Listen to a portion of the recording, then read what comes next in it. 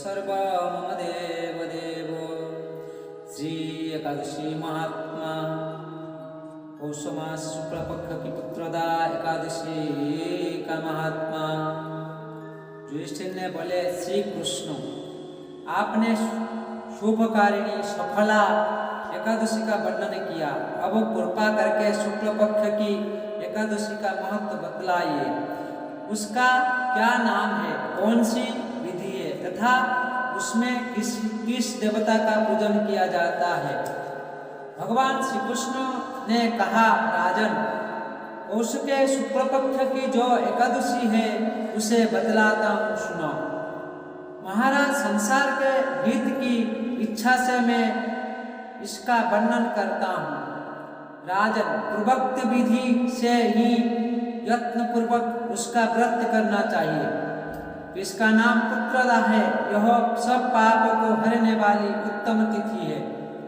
समस्त कामनाओं तथा सिद्धि योग के दाता भगवान नारायण इसी तिथि के आदि देवता है। चराचर प्राणियों सहित समस्त त्रिलोक की में इससे बढ़कर दूसरी कोई तिथि नहीं है। पूर्व काल की बात है, भद्रावतीपुरी में राजा सुकेतुमान राज्य करते थे। उनकी रानी का नाम चंपा था। राजा को बहुत समय तक कोई वंशधर पुत्र नहीं प्राप्त हुआ, इसीलिए दोनों पति पत्नी सदा चिंता और शोक में डूबे रहते थे। राजा के पितर उनके दिए हुए जल को बास से गर्म करके पीते थे। राजा के बाद और कोई ऐसा नहीं दिखाई देता जो हम लोग का तर्पण करेगा। यह सोच सोचकर पितर दुखी रहते थे। एक दिन राजा घोड़े पर सवार हो गहन वन में चले गए। पुरोहित आदि किसी को भी इस बात का पता न था। मुर्गों और पक्षियों से सेवित उस सघन कानन में राजा भ्रमण करने लगे। मार्ग में कहीं शियार की बोली सुनाई पड़ती थी तो कहीं उल्लुओं की। जहाँ तहाँ रीछ और मुर्ग दृष्टिगोचर हो रहे थे। इसी प्रकार घूम घूम कर राजा वन की शोभा देख रहे थे। इतने में दोपहर हो गया। राजा को भूख और प्यास सताने लगी। वो जल की खोज में इधर उधर दौड़ने लगे। किसी पुण्य के प्रभाव से उन्हें एक उत्तम सरोवर दिखाई दिया, जिसके समीप मुनियों के बहुत से आश्रम थे। शोभाशाली नरेश ने उन आश्रम की ओर देखा। उस समय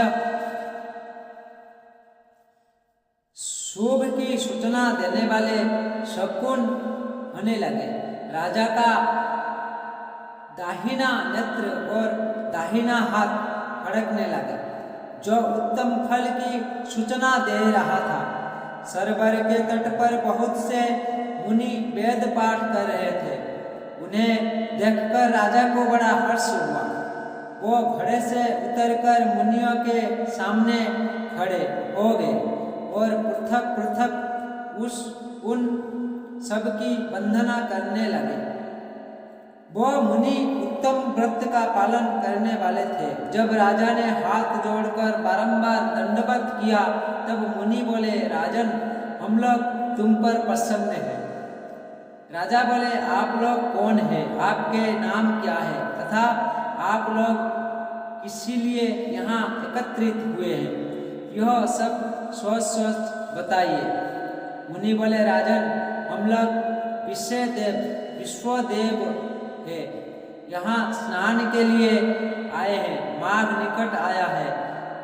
आज से 5वें दिन माघ का स्नान आरंभ हो जाएगा। आज ही पुत्रदा नाम की एकादशी है। जो व्रत करने वाले मनुष्य को पुत्र देती है।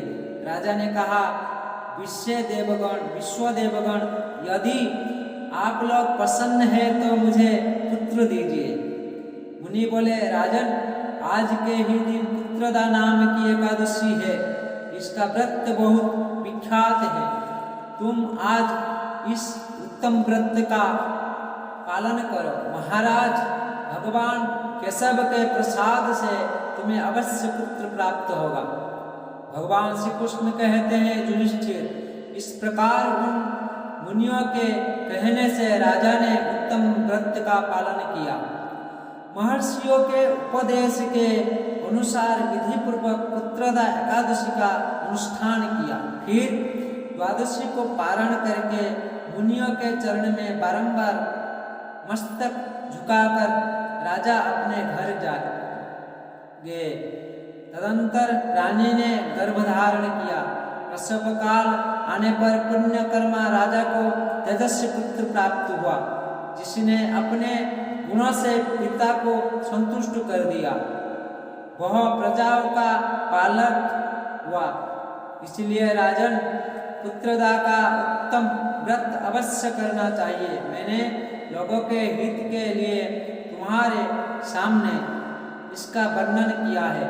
जो मनुष्य एकाग्रचित होकर पुत्रदा का व्रत करता है, वो इस लोक में पुत्र पाकर मृत्यु के पश्चात स्वर्गगामी होते हैं। इसी महात्म्य को पढ़ने और सुनने से अग्निहोत्र यज्ञों का फल मिलता है।